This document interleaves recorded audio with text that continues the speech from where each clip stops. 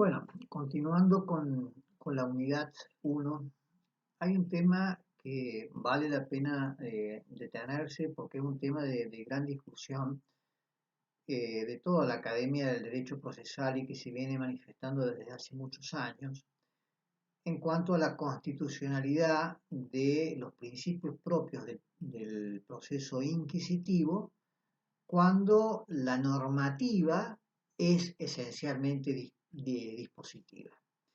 O sea, se cuestiona que aquellos procesos que son esencialmente dispositivos de la norma, como es el caso de San Luis, que aún mantiene, digamos, una centralidad dispositiva en cuanto a que pone a las partes como artífices del destino de ese proceso. Ubica a las partes como responsables del impulso procesal, de la iniciativa en el marco del juicio, de la aportación de los hechos, del derecho, de la prueba y los límites a la decisión judicial. Todo eso es responsabilidad de las partes. ¿Y por qué se cuestiona la inserción dentro de un proceso dispositivo de algunas normas de carácter inquisitivo? Se cuestiona porque dice que su aparición puede terminar afectando la igualdad o el derecho de defensa de las partes, o el derecho de propiedad inclusive, o sea, las garantías que hacen el debido proceso legal. Que la inserción de normas, como las medidas para mejor proveer, que son típicamente inquisitivas en un proceso dispositivo, puede comprometer la defensa, el juicio, la igualdad de las partes, o el derecho de defensa de las mismas. ¿Por qué se dice esto?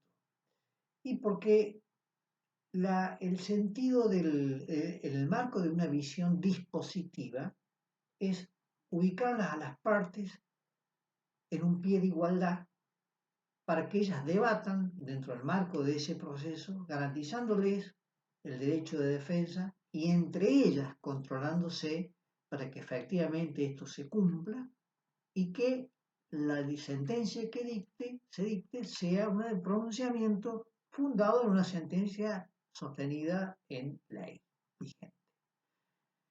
Entonces, la aparición o la inserción de normas de carácter inquisitivo puede llegar a comprometer o a interpretarse que se afecta estas garantías que yo le decía recién. El ejemplo más típico de este cuestionamiento se produce con las medidas para mejor proveer. Porque las medidas para mejor proveer son facultades que tienen los jueces de ordenar medidas tendientes a esclarecer la verdad de los hechos, ¿no?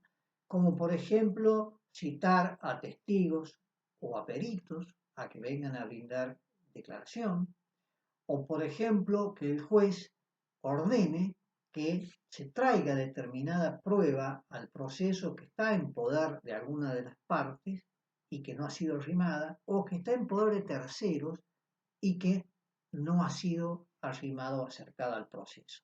O sea, el juez asume ese rol de decir, yo quiero que esta prueba se produzca más allá de lo que las partes hayan formulado o planteado en el marco del proceso judicial. Entonces, ¿qué se dice? Que si el juez irrumpe en el marco de ese proceso dispositivo con normas, con decisiones de carácter inquisitivo, como las que le decía recién, está afectando el derecho de defensa de alguna de las partes o la igualdad de alguna de las partes. Les doy un ejemplo para que ustedes me puedan comprender con mayor claridad. Cuando uno contesta una demanda en función de lo que se ha planteado en la demanda, en función de la prueba que se ha acompañado en la demanda. Determina cada uno de los demandados una estrategia procesal en función de lo que se haya planteado en la demanda.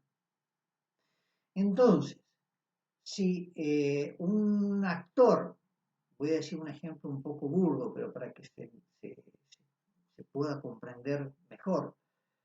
Un actor omite en su demanda, promueve, por ejemplo, un juicio de desalojo, y por esas razones que uno puede, prefiero no calificar, pero lo concreto es que por alguna razón omite presentar el contrato que sirve de base a esa demanda de desalojo, ese contrato de alquiler que sirvió de base a la demanda de desalojo, omite acompañarlo. El demandado, cuando contesta la demanda, puede perfectamente decir: yo no tengo por qué devolver esto porque soy simplemente un poseedor legítimo de este bien. Yo hace años que estoy ocupando este bien como poseedor, como dueño. Por lo tanto, no soy un tenedor y por lo tanto no tiene por qué sacarme de aquí porque realmente no soy ningún inquilino. Entonces puede ocurrir acá que el juez con posterioridad advierta que, bueno, en realidad es un inquilino que ha disfrazado su respuesta como poseedor en función de lo que planteó el actor en la demanda, y decir el juez: quiero que traigan ese contrato a la causa. Entonces, este ejemplo que es quizás muy burdo, muy difícil que esto acontezca, pero bueno, podría llegar a pasar. Entonces, esto lleva a plantear, planteemos como academia, ¿afecta o no afecta la igualdad de las partes en el proceso el hecho de que el juez como autoridad ordene la inserción o la producción de determinadas pruebas que son propias del principio inquisitivo, pero que realmente pruebas no habían sido acercadas en el momento oportuno? Porque como todos sabemos, la prueba documental tiene que acompañarse en la demanda o con la contestación en la demanda en su caso. Pero bueno, acá se omitió. Entonces, ese juez que decide el ejercicio de estas llamadas medidas para mejor proveer, que están en el artículo 36, inciso 4, están en los apartados B y C, ustedes pueden allí observarlas. El juez, en ejercicio de estas facultades que tiene, ordena estas medidas para mejor proveer. ¿Afecta o no afecta el derecho de defensa de alguien que elaboró una estrategia pensando en lo que había planteado el actor en la demanda? Resulta que después el juez, al final del proceso, pudo decir que se produzca esta prueba. ¿Afecta o no afecta el derecho de defensa? ¿Afecta o no afecta el derecho a la igualdad entre las partes? Y acá aparece una enorme discusión, porque van a estar algunos que van a decir, lógicamente, esto es inconstitucional.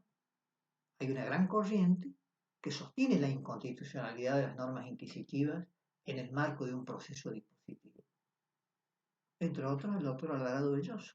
Toda esa corriente doctrinaria sostiene que es inconstitucional porque el proceso fue concebido desde una visión dispositiva, en donde, como les dije hace un momento, la iniciativa, el impulso, la aportación de los hechos, el derecho, la prueba, ¿no?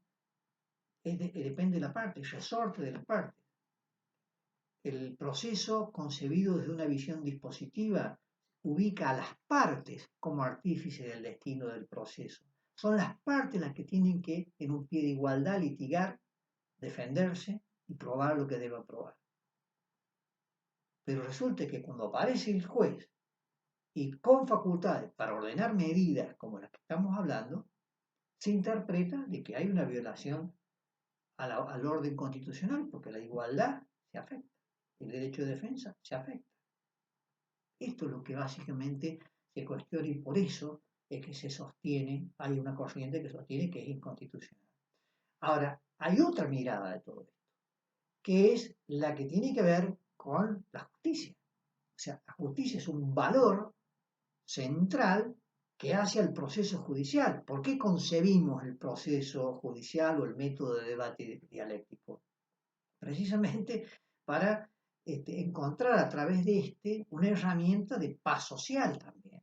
Y la paz social está íntimamente vinculada a la justicia. Porque si la justicia deja de ser un valor, un objetivo en el marco de los procesos judiciales, entonces salimos de ese esquema de racionalidad y nos vamos a otro esquema diferente, en donde priman otros valores, que no es la justicia precisamente. Porque ubiquémonos en el lugar, o pongámonos un segundo en el lugar del juez, porque ustedes pueden ser jueces mañana. Y si saben que van a dictar una sentencia injusta, aunque sea formalmente correcta, ¿dónde se van a ubicar? Hay algunos que dirán, no, yo voy a resolver en base a lo que me informa el expediente. La parte no lo probó, la parte pierde el juicio. Ahora, si ustedes saben de que eso es injusto, yo no sé si van a hacerlo. Y es por esto que el legislador le dio esta herramienta al juez para decir, señor juez, toda su tarea, la centralidad de su tarea es hacer justicia. ¿Qué es lo que reclamamos todos cada vez que hay algún hecho contra sentencia jurídica? ¿Qué reclamamos? Justicia. Entonces, no podemos ir a contramano de la justicia. Si yo sé que el fallo que voy a dictar es injusto, ¿por qué voy a estar compelido a dictar un fallo injusto si yo sé que la justicia está en otro lado? Esto es, digamos, esa puja doctrinaria y de debate permanente, de discusión permanente desde hace muchísimos años, que se viene y se sigue discutiendo todo esto hasta el día de hoy. La discusión creo que se está definiendo cada vez más por darle mayores potestades al juez y se admite una visión, digamos, que no concuerda con la inconstitucionalidad, o sea, se sostiene la importancia de que persistan estas medidas para mejor proveer, y no solamente eso, sino que se ha ido avanzando más porque se ha ido priorizando lo que constituye el valor justicia. Y es por eso que si ustedes observan, el nuevo Código Civil, inclusive, le da muchísimas mayores potestades al juez en el marco del proceso judicial. Y no solamente eso, sino que en las normas procesales que se han ido sancionando, en San Luis, si bien no lo tenemos por ley, pero por acordada sí está impuesto, que perfectamente el juez puede fijar los hechos en la audiencia preliminar de prueba. Y los hechos en realidad, en el marco del proceso dispositivo, son las partes que tienen que fijarlos. Pero sin embargo, los hechos litigiosos, en conflicto, el juez puede fijarlos, determinarlos en la audiencia preliminar de prueba. También puede definir cuál va a ser la prueba que se va a producir. En el marco del proceso dispositivo, eran las partes quienes determinaban la prueba a producir. En el marco inquisitivo no. Y sin embargo ahora, en las audiencias preliminares de prueba, los jueces son quienes están definiendo la prueba que se va a producir y también la carga de la prueba. Es el juez el que va a definir allí si va a aplicar la carga dinámica de la prueba, o sea, al ubicar quién va a ser la parte que está en mejores condiciones y por lo tanto va a hacer recaer en el mismo la producción de esa prueba. Y si no se produce, va a ser, digamos, va a tener como apercibimiento una valoración adversa hacia esa parte. Entonces, fíjense ustedes cómo la aparición, la inserción de pautas inquisitivas cada vez es mayor. Y creo que esto va a seguir creciendo, ¿sí? Porque lógicamente lo que está priorizándose acá es el valor justicia. Entonces, y se lo ubica en un plano diría un plano superior que obliga a que todas las garantías se acomoden a este valor justicia. resguarden el valor justicia, se correspondan con este valor justicia, porque ese es el sentido, la razón de ser por la cual determinamos un método de debate dialéctico, que digamos, nos garantice a todos reglas que no soslayen el valor justicia.